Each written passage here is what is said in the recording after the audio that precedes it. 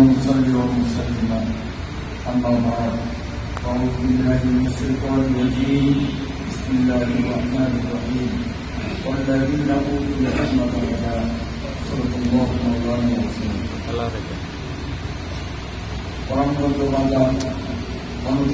অবস্থিত প্রত্যবংশী কারিমিয়া মাদ্রাসার নতুন শিক্ষাবর্ষের নতুন সবক প্রদান উপলক্ষে আজকের আয়োজিত এই মহতী সভার সম্মানিত সভাপতি উপস্থিত আজকের এই সভার মধ্যমণি প্রধান অতিথি চরমায়ের মাদ্রাসার মোহতারাম শাইখুল হাদিস আল্লামা আব্দুল মান্নান সহ জেলা শীর্ষস্থানীয় হযরত উলামায়ে কেরাম অত্র মাদ্রাসায় অধ্যয়নরত আমার স্নেহাস্পদ ছাত্র বন্ধুরা, ছাত্র অভিভাবক, আমি অত্যন্ত স্বল্প পরিসরে সংক্ষিপ্ত আকারে দুটি পয়েন্ট নিয়ে আলোচনা করার চেষ্টা করি। নাম্বার 1, মাদ্রাসার শিক্ষার গুরুত্ব ও প্রয়োজনীয়তা। 2, মাদ্রাসার সংক্ষিপ্ত পরিচিতি। সম্মানিত উপস্থিতি, আমরা অজানা জিনিসকে জানার জন্য আমাদের দেহের 5টা ইন্দ্রিয়কে ব্যবহার করে থাকি। এই পঞ্চ ইন্দ্রিয়র মাধ্যমে অনেক অজানা জিনিস আমরা জানি না, কিন্তু বাস্তবতা হল এই পঞ্চ ইন্দ্রিয়ের মধ্যে আমরা যেসব অজানা জিনিসকে জানার প্রয়াস চালাই, এখানে বহু ক্ষেত্রে আমাদের অনেকটা ভুল বাস্তবে প্রমাণিত হয়।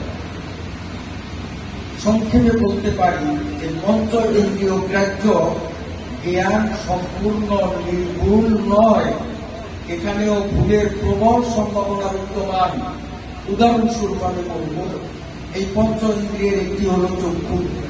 চক্ষু দিয়ে আমরা দেখে অজানাকে জানি। এখানে আমাদের ভুল হয়, দূর থেকে একটা লোককে আমরা আসতেছে দেখি, ভাবি যে আব্দুল করিম, কিছুক্ষণ পরে দেখি না আব্দুল করিম তো না আব্দুল রশিদ, এরকম হয় কিনা? আসেন, কর্ণ, কান দ্বারাও অজানা জিনিসকে জানি, এখানেও ভুল হয়। কিভাবে? কানে আওয়াজ আসলো, ভাবছি অমুকে কথা বলতেছে, কিছুক্ষণ পরে আমরা বুঝলাম যে না, আসলে তো যাকে ভাবছি সে না, এটা আরেকজন। এইভাবে আমরা জিব্বায় রসগোল্লা লাগাইলাম, গায়ে জ্বর 110 ডিগ্রি, তখন আমরা রসগোল্লাকে বানিয়ে বেশি খাওয়া যায় পিতা বলেন, রসগোল্লা আসলে কি পিতা না, কিন্তু আমার জিব্বা আমাকে পিতা বলে জানাইছে। কেন? আমার সমস্যা আছে, জ্বর আছে। এইভাবে আমাদের পঞ্চ ইন্দ্রিয়ের প্রতিটা ইন্দ্রিয়ের মাধ্যমে কখনো আমরা সঠিক জিনিস জানি, কখনো আমরা ব্যাঠিক জিনিস জানি, ভুল তথ্য আমাদের দেয়। অতএব পঞ্চ ইন্দ্রিয়ের মাধ্যমে গ্রাহ্য বিদ্যা এটা সম্পূর্ণ নির্ভুল নয়। আবার পঞ্চ ইন্দ্রিয়ের উপরে এই পঞ্চ ইন্দ্রিয়কে নিয়ন্ত্রণকারী হল ব্রেন। এই ব্রেন চালিয়ে গবেষণা করে মানুষ যে সমস্ত অজানা তথ্য জানে, এখানেও যথেষ্ট ভুলের প্রমাণ বিদ্যমান। সবিস্তার আলোচনা করার সময় নেই, সময় অত্যন্ত সংক্ষিপ্ত। এজন্য আমি সংক্ষেপে এটুকু বলতে চাই, যারা দার্শনিক, বিজ্ঞানী, গবেষক, এক সময় তারা তাদের জ্ঞান চালিয়ে, জ্ঞানের বলে তারা তথ্য প্রচার করেছিল যে পৃথিবীর প্রতিটি পদার্থের মূলে রয়েছে 5টা জিনিস।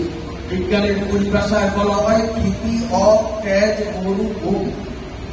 এই 5টা জিনিস। কিন্তু কিছুকাল পর্যন্ত এই মতবাদ মানুষ মেনে নিলেও ধীরে ধীরে যখন বিজ্ঞানের চর্চা এবং গবেষণার উন্নতি আরো উন্নত হল, তখন এই মতবাদকে প্রত্যাখ্যান করে নতুন আরেকটি মতবাদ বিজ্ঞানীরা দিলেন যে না, পদার্থের মূলে রয়েছে অণু। সমাজ এটাকে মেনে নিল, দুনিয়ার মানুষ মেনে নিল, পদার্থের চরম পর্যায় হল অণু। কিছুকাল পর গবেষণা আরো উন্নত হলে এই কোন মতবাদকে লাথি মেরে নতুন আরেকটি মতবাদ পৃথিবীতে চালু হলো পরমাণুবাদ, যাকে ইংরেজিতে বলা হয় অ্যাটম। এই অ্যাটমিক থিওরিতে বিশ্বাসী হয়ে দুনিয়ার বহু মানুষ নাস্তিক্য মতবাদ গ্রহণ করেছে, ইসলামকে প্রত্যাখ্যান করেছে। নাউযুবিল্লাহ। এই পরমাণুবাদকে তারা সঠিক বলেছে, কারণ এটা জ্ঞান দ্বারা তারা অর্জন করেছে।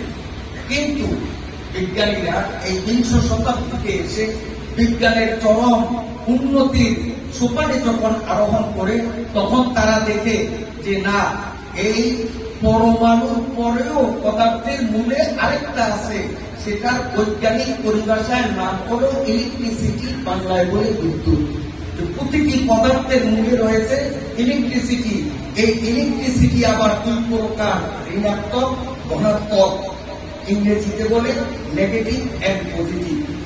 এবার আসুন আমরা কি বুঝলাম এই সংক্ষিপ্ত পর্যালোচনায়, যে পঞ্চ ইন্দ্রিয়ের মাধ্যমে মানুষ যা জানে তা শতভাগ সঠিক নয়। জ্ঞানের মাধ্যমে, বিজ্ঞানের মাধ্যমে মানুষ যেসব তথ্য জানে তাও সম্পূর্ণ শতভাগ সঠিক নয়। এই জন্যই তো বিজ্ঞানীরাই বলে we can never say that any theory is final.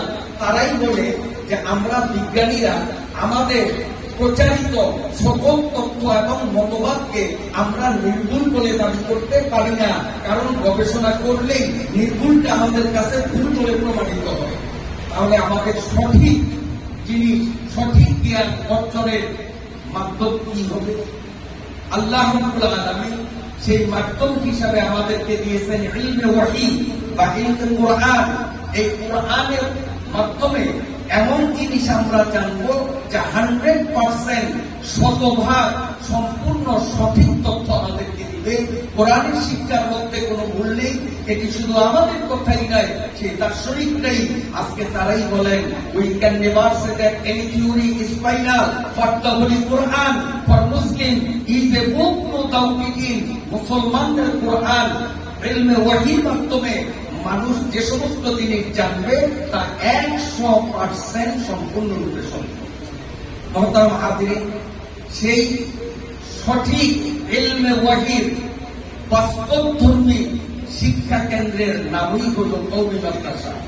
এই কওমি মাদ্রাসা ক্লাস 1 থেকে নিয়ে একদম সর্বশেষ ক্লাস পর্যন্ত প্রতিটি ক্লাসের মূল টার্গেট হল শিক্ষার্থীর সামনে কোরআনের সঠিক শিক্ষা তাদেরকে বুঝিয়ে দেওয়া।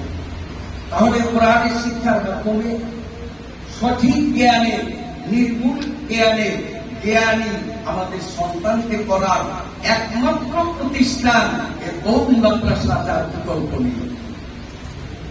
এই কওমি মাদ্রাসার প্রয়োজনীয়তা আমি সংক্ষিপ্ত আকারে আর বললাম না।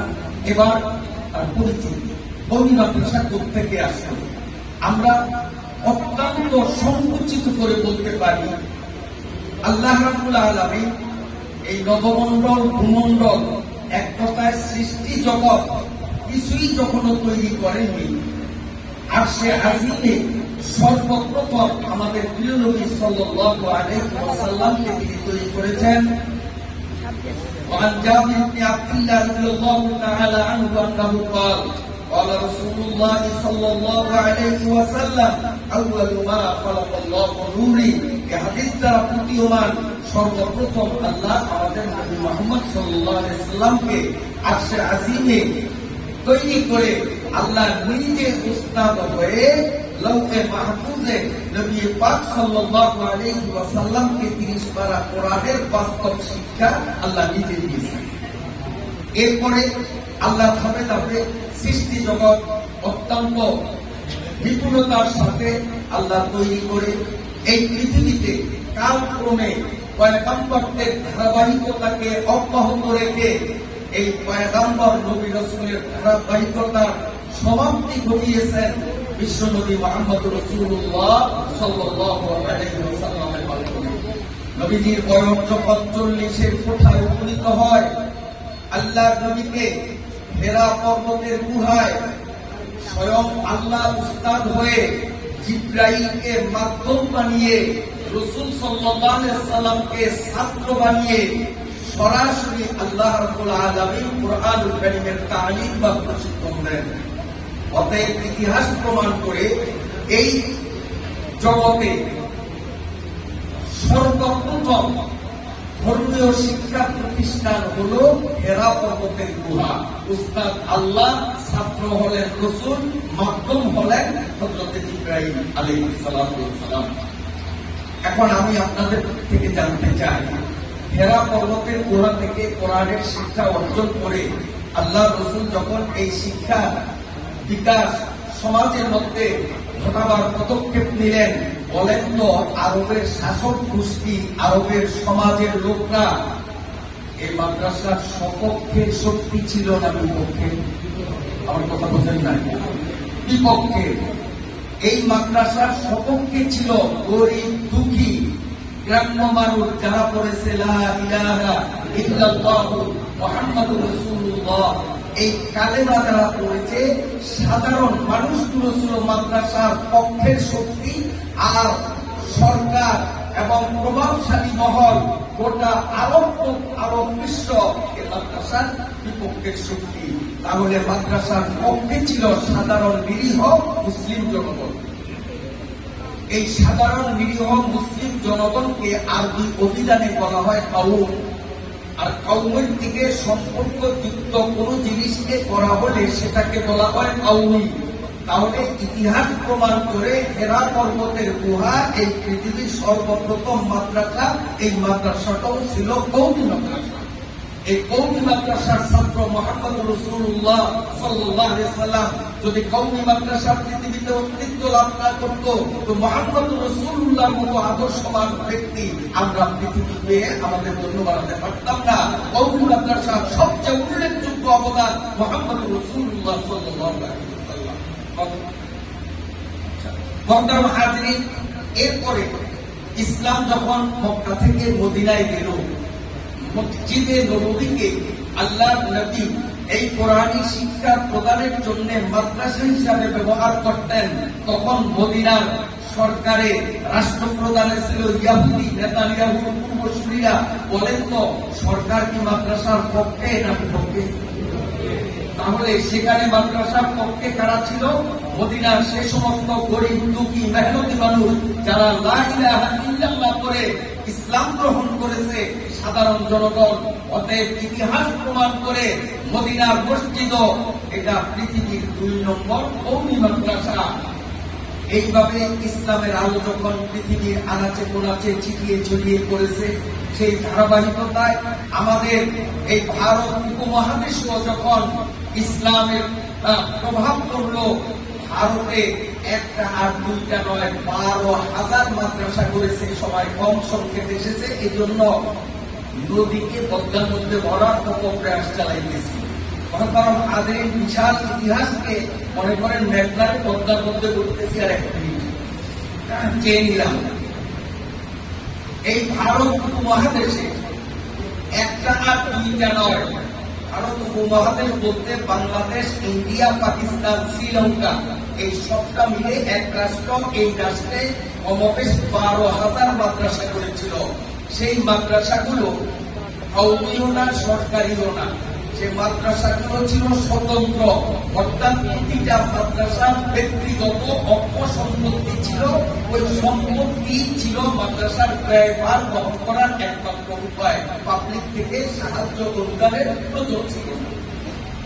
এই দেশে যখন ইংরেজ লালকুত্তার দলরা ছলে বলে কলে কৌশলে এদেশের রাষ্ট্র ক্ষমতা হাতে নিল, শাসনের নামে শোষণের নিপীড়নের স্কিম রোলার চালিয়ে আমাদের ভারতের হিন্দু মুসলমানকে যখন তারা অতিষ্ঠ করেছিল, তখন ভারতের শীর্ষস্থানীয় উলামায়ে ইকরাম এক প্ল্যাটফর্মে এসে স্বাধীনতা অর্জনের জন্য ইংরেজদেরকে ভারত উপমহাদেশ থেকে বিতাড়িত করার জন্য যখন উদাত্ত আহ্বান রেখেছেন, আলেমদের নেতৃত্বে ভারতের হিন্দু মুসলিম এক প্ল্যাটফর্মে এসে দুর্বার আন্দোলন করেছিল।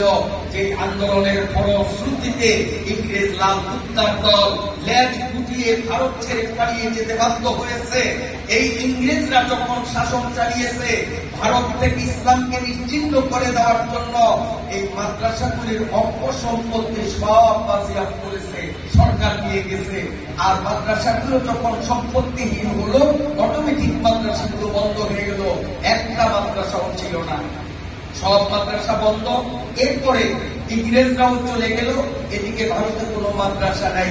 আলেমরা পরামর্শ করলেন যে মাদ্রাসা করা দরকার, কোথায় করবে, ঘর কোথায় করবে, এ নিয়ে 3 দিন পরামর্শ হওয়ার কথায় শেষ, কোনো সিদ্ধান্ত পৌঁছতে পারেন না। চতুর্থ রাত্রে আবার বৈঠকের তারিখ নির্ধারণ হলো। তৃতীয় দিনের পরামর্শ বৈঠক ভাঙ্গার পর সবাই যখন ঘুমিয়ে গেলেন, ঘুম থেকে জেগে একজন আরেকজনকে বলেন, আমি তো একটা স্বপ্ন দেখছি। উনি বলেন আমিও দেখছি, উনি বলেন আমিও দেখছি। সবার স্বপ্নই এক। কি স্বপ্ন? কাসেম রাহমাতুল্লাহ আলাইহি বলেন, আমি দেখলাম পশ্চিম দিক থেকে মুহাম্মদ রাসূলুল্লাহ সাল্লাল্লাহু আলাইহি ওয়াসাল্লাম আসছেন। আয়েশা আমার ডান হাত ধরে বললেন, কাসেম, আমার দাব্বাঙ্গা দ্বীনকে প্রতিষ্ঠিত করার জন্য কওমি মাদ্রাসার ঘর করবে কোথায়, তোমরা সিদ্ধান্তে পৌঁছতে পারো না, আসো আমি জায়গা নির্ধারণ করে দেই। স্বপ্নে দেখতেছেন, আসো আমি জায়গা নির্ধারণ করে দেই। আমাকে একটু দূরে নিয়ে গেলেন এবং একটা কাঠখণ্ড নিয়ে মাটিতে এভাবে রেখা অঙ্কন করে বললেন, এই অঙ্কিত দাগকে ফলো করে এখানে ঘর নির্মাণ করো, এখানেই মাদ্রাসা তোলো। আমার ঘুম ভেঙে গেছে। উনি বলেন আমিও এমন দেখছি, উনি বলেন আমিও এমন দেখছি। সবাই বলেন তাহলে চলে স্বপ্ন দেখা জায়গাটা একটু আমরা দেখে আসি। সকলে মিলে যখন এলো, সেখানে সত্য অঙ্কিত দাগ এবং একটা কাঠ খণ্ড প্রতীক সেখানে রয়েছে। আলহামদুলিল্লাহ, ওই দাগ অনুসরণ করে ঘর তোলা হলো। সেই ঘর যা পৃথিবীর মধ্যে শীর্ষস্থান দখল করেছে, সুনামের সাথে আজও মাথা উঁচু করে দাঁড়িয়ে গোটা পৃথিবীতে কোরআনের আলো ছড়িয়ে দিচ্ছে দারুল উলুম দেওবন্দ মাদ্রাসা। এই দেওবন্দের শাখা হাটাজারি, হাটাজারির শাখা আমাদের ভোলার চরখলিফা, চরখলিফার শাখা হলো এই কেরাতুল কোরআন কারিমিয়া মাদ্রাসা গুপ্তমুন্সি। এই গুপ্তমুন্সি মাদ্রাসার সাথে আমরা যারা সম্পর্ক লাগালাম, আমার সম্পর্ক চরখলিফা হয়ে, হাটাজারি হয়ে, দেওবন্দ হয়ে, মদিনা হয়ে, হেরা পর্বতের গুহা, লৌহে মাহফুজের সাথে আমাদের সম্পর্ক হয়ে গেছে। যেহেতু একটার সাথে আরেকটা বাধা, অতএব আমি অভিভাবক বৃন্দ যারা রয়েছেন আপনাদের বলবো, গুপ্তমুন্সি এই কারিমিয়া মাদ্রাসাটা আকারে আয়তনে ক্লাসে ছোট হলেও এর সম্পর্ক কিন্তু ছোট নয়। এর উৎসমূল হলো লৌহে মাহফুজ। অতএব এখানে সম্পর্ক লাগানো মানে লৌহে মাহফুজের সাথে সম্পর্ক রাখা। অতএব এই মাদ্রাসাকে আমার প্রাণের মাদ্রাসা এই হিসাবে আমরা বরণ করতে কি একমত আছি তো সবাই ইনশাআল্লাহ? অতএব মাদ্রাসা সুখে দুঃখে সর্ব অবস্থায় আমরা মাদ্রাসার পাশে থাকবো। মাঝে মধ্যে এসে মাদ্রাসার হাল হাকিকত আমরা পর্যবেক্ষণ করব। এই উদাত্ত আহ্বান রেখে আমার সংক্ষিপ্ত আলোচনা এখানে শেষ করলাম।